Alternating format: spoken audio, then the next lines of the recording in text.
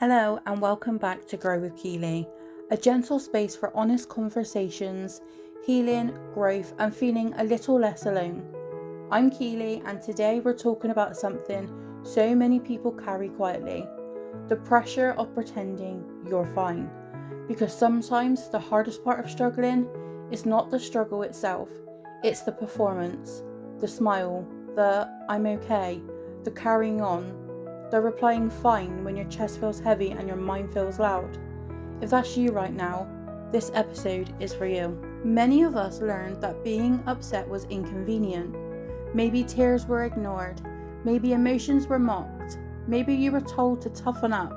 Maybe everyone else had bigger problems. Maybe you became the strong one. So instead of learning how to feel, you learned how to function. You learned keep going, stay useful, don't burden anyone, smile through it. Sort everyone else first, and over time pretending became automatic. You don't even realise you're doing it. You just say, I'm tired, when you mean overwhelmed. I'm stressed, when you mean breaking. I'm fine, when you mean please. Notice I'm not.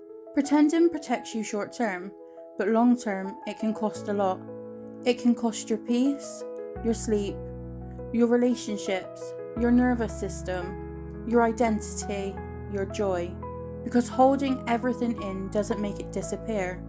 It usually comes out as snapping, withdrawal, panic, numbness, resentment, exhaustion, feeling disconnected, crying in private, smiling in public.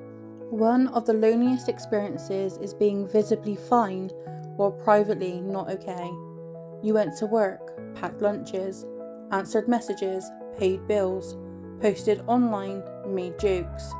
So people assume you're coping, but functioning is not always thriving. Sometimes functioning is survival in smart clothes. Sometimes productivity is panic wearing makeup. Sometimes being the reliable one is a trauma response. And just because you keep going, it doesn't mean it wasn't hard.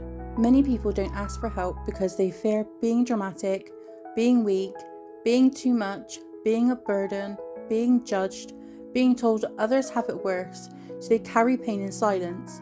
But support was never meant to be something you earn by collapsing first. You do not need to hit rock bottom to deserve care. You do not need a breakdown before someone is allowed to believe you.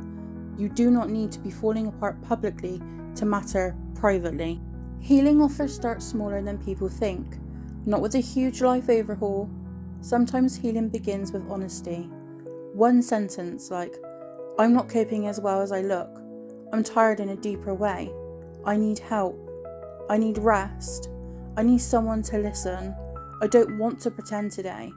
That honesty can feel terrifying, especially if you've been fine for years. But it can also feel like freedom. If you relate to this episode, why not try one of these gentle ways that could help you this week?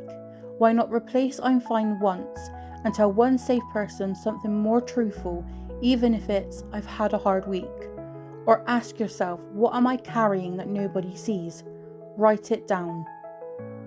Or let something be imperfect, the laundry, the emails, the dinner, the reply.